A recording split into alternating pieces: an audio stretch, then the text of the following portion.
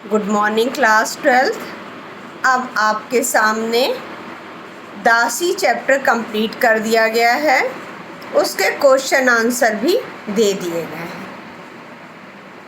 अब आपको जो दूसरा चैप्टर है हजारी प्रसाद द्विवेदी के द्वारा लिखित गया क्या निराश हुआ जाए, अर्थात अनेक प्रकार के जो वातावरण हैं उन वातावरणों के आधार पर जो मनुष्य के अंदर नकारात्मक, ये पाठ आपके लिए बोर्ड एग्ज़ाम के लिए अच्छा है, आप इसे तैयार रखिएगा और इससे आपका एस्से भी तैयार होगा। क्यों? क्योंकि आज आपके आसपास इस तरह की नकारात्मकता से भरा हुआ वातावरण है और उस नकारात्मकता से भरे हुए वातावरण में आप किस प्रकार से अपने धैर्य एवं संतुलन को बनाए रखते हैं यह अधिक महत्वपूर्ण।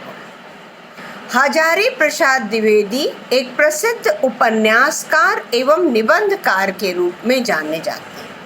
इनका जन्म 1907 बलिया में हुआ, जिनको कि आप सामान्य से शब्दों में कह दीजिएगा आधुनिक काल के लेखक हैं। यह इन्हें पद्म भूषण की उपाधि भी, पद्म विभूषण की उपाधि से भी अलंकृत किए गए। इन्होंने संस्कृत, प्राकृत, बंगला आदि अनेक भाषाओं का इन्हें गहरा ज्ञान था, किंतु इनकी भाषा विषयानुकूल एवं संस्कृत निष्ठ है। इन्हें इतिहास, दर्शन, संस्कृति, क्योंकि उन्होंने तत्कालीन जो परिस्थितियां थी, जो उस समय परिस्थितियां थी, जो आज की परिस्थितियां हैं, उन परिस्थितियों को इतिहास, दर्शन, संस्कृति के आधार पर, धर्मशास्त्र इत्यादि के आधार पर हमारे सामने प्रस्तुत किया है। तो पहली चीज़ आपने आधुनिक काल लिया, दूसरा आपने इन्हें लिखा पद्म विभूषण की उपाधि से अलंकृत थे। ये श्रेष्ठ उपन्यासकार एवं निबंधकार के रूप में जाने जाते हैं। अशोक के फूल, हिंदी साहित्य का इतिहास इत्यादि इनकी 2 रचनाएं कर लीजिएगा। इन्हें संस्कृत, बंगला, प्राकृत इत्यादि अनेक भाषाओं का ज्ञान था, किंतु इनकी भाषा विषयानुकूल एवं संस्कृत तत्समनिष्ठ भाषा है। पाठ का नाम है क्या निराश हुआ जाए, अर्थात अपने आसपास का जो वातावरण है उन वातावरणों के आधार पे कभी कभी आपके और हमारे मन में अनेक प्रकार की नकारात्मकता आती है। तो हजारी प्रसाद द्विवेदी ने भी कहा, जो कि आप सामान्य रूप में देखिए, उन्होंने बिल्कुल सामान्य रूप में कहा कि समाचार पत्रों में जैसे आप खोलिए पहले पेज से लेके आखिरी पेज तक ठगी, डकैती, तस्करी, भ्रष्टाचार के समाचार भरे रहते हैं। इन सब से कभी कभी मेरा मन बैठ जाता है। आरोप प्रत्यारोप आप देखते हैं कि एक पार्टी कोई कार्य को करती है तो तुरंत दूसरी पार्टी उसका अनेक प्रकार का आरोप लगाती है, तो फिर जो पहली पार्टी जिसके ऊपर आरोप लगाया हुआ है वह उसका प्रत्यारोप करती है, अर्थात खंडन करती है और उसे उनकी अनेक प्रकार की कमियों को ढूंढ करके प्रस्तुत करती है, जिसके कारण उन्होंने कहा कि आरोप प्रत्यारोप का कुछ ऐसा वातावरण बन गया है, लगता है देश में कोई ईमानदार आदमी रह ही नहीं गया। हर व्यक्ति संदेह की दृष्टि से देखा जाए, इसीलिए आज मेरा मन बैठ जाता। आपका 3 पॉइंट है, क्यों लेखक कहते हैं मेरा मन बैठ जाता है। आरोप प्रत्यारोप के आधार पर स्पष्ट कर दीजिएगा। समाचार पत्रों में जिस तरह के समाचार आ रहे हैं, इन सब से लेखक कहते हैं कि ऐसा लगता है कि इस धरती पर अब कोई भी ईमानदार आदमी नहीं रह गया। साथ ही साथ उन्होंने कहा कि जो जितने पद पर, ऊंचे पद पर है, उनमें उतने ही अधिक दोष दिखाई देंगे। एक बार मुझसे कहा इन्होंने, देखिए आत्मकथात्मक शैली में लिखा है। आत्मकथात्मक शैली वह शैली होती है, शैली माने स्टाइल, वह होती है जिसमें कि लेखक स्वयं विद्यमान होता है। तो यहाँ पर उन्होंने बोला कि एक बार बहुत बड़े आदमी ने कहा कि इस समय सुखी वही है जो कुछ नहीं करता। आप लोगों के लिए, कुछ बच्चों के लिए तो बहुत सही होगा कि बिल्कुल सही बात उन्होंने कहा कि इस समय सुखी वही है जो कुछ नहीं करता। जो कुछ भी करेगा उसमें लोग दोष खोजने लगे। उसके सारे गुण भुला दिए जाएंगे और दोषों को बढ़ा चढ़ा कर दिखाया जाएगा। अर्थात आज सुखी वही है, उनका ये कहना है कि उनके बार किसी व्यक्ति ने कहा था कि सुखी वही है जो कुछ नहीं करता। क्यों?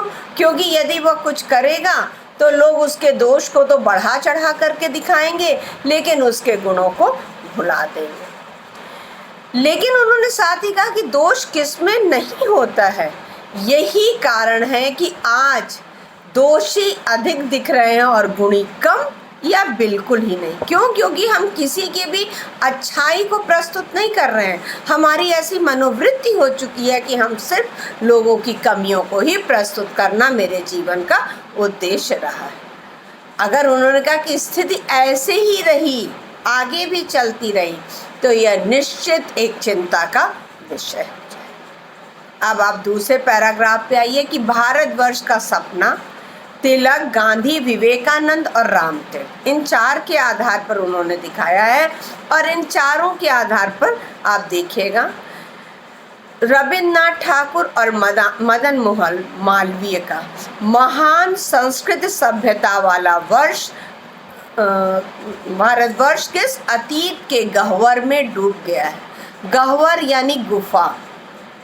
अर्थात जो रविन्द्रनाथ ठाकुर ने देखा था कि हम बहुत महान संस्कृति सभ्यता वाले, या रामतीर्थ ने देखा, या विवेकानंद ने देखा, या तिलक ने देखा, या गांधी ने देखा, जो सपना उन लोगों ने भारतवर्ष के बारे में देखा था, आज जिस जिस तरह की बातें सुनाई दे रही हैं, लोगों के आरोप प्रत्यारोप इत्यादि सुनाई दे रहे हैं, उससे उन्होंने बोला कि वह किस अतीत के गह्वर में डूब गया। आर्य और द्रविड़ जो हमारे यहाँ आक्रमण हुए थे, और जो यहाँ के थे व्यक्ति, आर्य और द्रविड़, हिंदू और मुसलमान, यूरोपीय और भारतीय आदर्शों की मिलन भूमि, ये हमने आपने अलग अलग धर्मों जातियों में बांटा हुआ है, जबकि आप कहे जाते हैं भारतीय। तो यहाँ पर चाहे वह आर्य द्रविड़ आए, चाहे वह हिंदू मुस्लिम आए, चाहे यूरोपीय भारतीय आए, सब क्या हो गए? एक मानव के रूप में। आज वो समुद्र क्या अर्थात मानवता क्या सूख गई है? कह रहे मेरा मन कहता है ऐसा हो ही नहीं सकता। इसीलिए मैंने कहा था आपसे कि आत्मकथात्मक शैली में है, जिसके कारण जब इस तरह के प्रश्न उठते हैं तो हजारी प्रसाद द्विवेदी का कहना है कि मेरा मन कहता है कि ऐसा हो ही नहीं सकता। क्यों? हमारे महान मनीषियों के सपनों का भारत है और रहेगा। अर्थात स्वामी विवेकानंद, रामतीर्थ या तिलक, गांधी इत्यादि ने जो रख रहा था अपने सपनों का, वह सपनों का भारत है और रहेगा। क्यों? ऊपर की सतह पर जितना भी कोलाहल और उथल पुथल क्यों न दिखाई दे रहा, नीचे शांत अचंचल गांभीर्य में अब भी भारत महान है, अनुकरणीय है। अर्थात ऊपरी सतह पे आज चाहे आप देख रहे हैं धर्म, भाषा, जाति आदि के नाम पर लोग आपस में लड़ रहे हैं, लेकिन आज वहीं पर किसी एक भारतीय को यदि कोई कष्ट होता है तो दूसरा धर्म, जाति, भाषा इत्यादि को भूल करके आगे बढ़ जा रहा है। इसीलिए उन्होंने बोला कि ऊपरी सतह पर चाहे जितना भी कोलाहल एवं उथल पुथल क्यों न दिखाई दे, लेकिन नीचे शांत अचंचल गांभीर्य में भारत महान है, अनुकरणीय है। यही सही है कि इन दिनों कुछ ऐसा माहौल बना है, अर्थात ऐसा वातावरण बन गया है कि ईमानदारी से मेहनत करके जीविका चलाने वाले निरीह और भोले भाले श्रमजीवी पिस रहे हैं। आपने उद्यमी नर भी तो यही देखा था ना कि भाग्यवाद, आवरण पाप का और शस्त्र शोषण का। इसीलिए उन्होंने बोला कि आज कुछ ऐसा वातावरण बन गया है कि जो ईमानदारी से मेहनत करके जीविका चलाने वाले हैं वह निरीह हैं और भोले भाले हैं, और जो श्रमजीवी हैं वह पिस रहे हैं, तथा झूठ और फरेब का रोजगार करने वाले फल फूल रहे हैं यानी उन्नति को प्राप्त हो रहे हैं। ईमानदारी को मूर्खता का पर्याय समझा जाने लगा। अर्थात आज ईमानदारी की बात करिए तो उसे लोगों का क्या कहना है कि ईमानदारी जो है मूर्खता का पर्यायवाची बन गया है। सच्चाई केवल भीरू और बेबस लोगों के हाथों में पड़ी है। ऐसी स्थिति में जीवन के महान मूल्यों के बारे में लोगों की आस्था ही हिलने लगी। अब आप देख लीजिए, जब ईमानदारी से कोई व्यक्ति कर रहा है तो वो भोले भाले श्रमजीवी पिस रहे हैं, जिसके कारण क्योंकि ईमानदारी को मूर्खता का पर्याय समझा जाना है, जो कि हमारी भारतीय संस्कृति का सबसे प्रमुख मूल्य है ईमानदारी। और सच्चाई केवल भीरू यानी धर्म से डरने वाले। यहाँ आगे आपको बताया जाएगा कि आज हमारे यहाँ कानून का पालन क्यों नहीं लोग कर रहे हैं। क्योंकि कानून पहले हमारे यहाँ धर्म से जोड़ा जाता था, आज धर्म से नहीं जोड़ा जाता है। जिस धर्म से न जोड़े जाने के कारण लोगों को लगता है कि हम पैसे से सब कुछ खरीद सकते हैं, इसीलिए उन्होंने बोला कि सच्चाई केवल भीरू माने जो डरपोक, यानी जो धर्म से डरने वाले हैं, और बेबस यानी जिनके पास धन ही नहीं है, जो कि कानून को खरीद ही नहीं सकते हैं, जिनके कारण बेबस लोगों के हिस्से में पड़ी है। ऐसी स्थिति में जो आपकी पहली लाइन है कि मेरा मन कभी कभी बैठ जाता है इन आरोपों प्रत्यारोपों के कारण, तो उन्होंने ये बोला है कि यद्यपि लोगों की आस्था भले कम होने लगी है, लेकिन विश्वास अभी भी कम नहीं है। क्यों? तो आप स्पष्ट कर दीजिएगा क्यों? क्योंकि ऊपरी सतह पर चाहे जितना भी कोलाहल या उथल पुथल क्यों ना हो, नीचे शांत अचंचल एवं गांभीर्य में भारत अब भी महान है। बात नई नहीं है, अर्थात ये मैं आज की नई बात नहीं कह रहा हूँ आधुनिक काल की, बल्कि उन्होंने बोला है इसकी विभत्सता पहले कभी इतनी विकराल होकर नहीं प्रकट। आपको याद होगा महाभारत का युद्ध, चाहे आपने रामायण इत्यादि में भी देखा, हर जगह इस प्रकार की थी विभत्सता। लेकिन आज जो विभत्सता यानी जो भयंकर गंदा रूप आपके सामने प्रस्तुत किया जा रहा है, वह उस समय इतना प्रस्तुत नहीं किया गया था। आज से 400 साल पहले तुलसीदास ने कुछ ऐसा ही माहौल देखा था और वे व्याकुल भाव से कह गए। क्या कह गए? सीदत साधु साधुता शोभित, खल बिलसत दुत मति पाई। सीदत साधु, साधुता शोभित। सीदत माने धीरे धीरे, जो साधु यानी जो सज्जन व्यक्ति हैं, जो जीवन के मूल्यों को मानने वाले हैं, उनकी साधुता यानी मानवता धीरे धीरे शोभित सुशोभित होती है। खल बिलसत, द्रुत मति गई। लेकिन खल जो दुष्ट व्यक्ति हैं, उसकी जो प्रसिद्धि है वह द्रुतमति अर्थात तेज गति से होती है। परंतु आधुनिक साधन और सुविधाओं के साथ साथ धन संकट, अब आपको पॉइंट्स मिलना शुरू हो जाएगा। यहाँ से पहला पॉइंट आप ले लीजिएगा, धन संकट। क्यों? क्योंकि आज हम भौतिकवादी जीवन में जी रहे हैं, आज हमारे लिए सबसे प्रमुख धन हो गया है। इसलिए उन्होंने बोला पर आधुनिक साधनों में सुविधाओं के साथ धन संकट की प्रवृत्ति को जैसा बढ़ावा इस समय मिला है वैसा उन दिनों नहीं था। अर्थात यद्यपि उन्होंने बोला है कि खल जो होता है उसकी द्रुत गति से, तेज गति से सज्जनता होती है, लेकिन फिर भी उन्होंने बोला कि आज जो सबसे अधिक बढ़ रहा है, आज विभत्सता बहुत भयंकर रूप में दिखाई दे रही है। क्यों? क्योंकि आधुनिक साधनों और सुविधाओं के साथ साथ धन प्रमुख हो गया है। भलाई का दुशह बेहिसाब बढ़ गया और उसी अनुपात में बल्कि कुछ अधिक मात्रा में ही साधुता का सोच भी बढ़ा है। अर्थात ऐसा नहीं है, साधुता की सोच तो बढ़ी है, लेकिन आज जो आधुनिक साधन है, जो आज आधुनिक सुविधाएं हैं, आज जो धन के प्रति लोगों का आकर्षण है, इन सब के कारण ऐसा हुआ है। तुलसीदास ने महान जीवन मूल्यों में आस्था नहीं छोड़ी। यद्यपि उन्होंने लिखा है, लेकिन फिर भी उन्होंने जीवन के जो महान मूल्य हैं उनके प्रति जो उनका विश्वास था उसे उन्होंने नहीं छोड़ा है।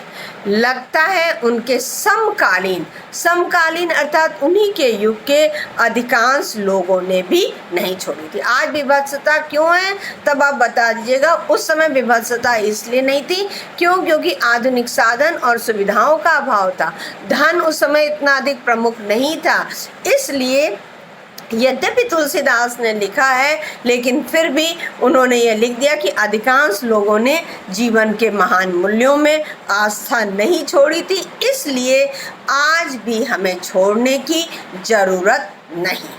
तो आप पहला पॉइंट दीजिएगा कि लेखक पूछता है कि मेरा मन क्यों बैठ जाता है, बार बार क्यों बैठता है, तब आप बता दीजिएगा समाचार पत्रों में, आरोप प्रत्यारोपों में हमें लगता है ईमानदारी पूरी समाप्त हो चुकी है इन सब से। फिर आपका जो दूसरा क्वेश्चन बनता है कि तिलक गांधी ने जो सपना देखा था आध्यात्मिक ऊंचाइयों वाला भारत, वह क्या समाप्त हो गया है? तब आप बता दीजिएगा क्या महामानव समुद्र क्या सूख गया है?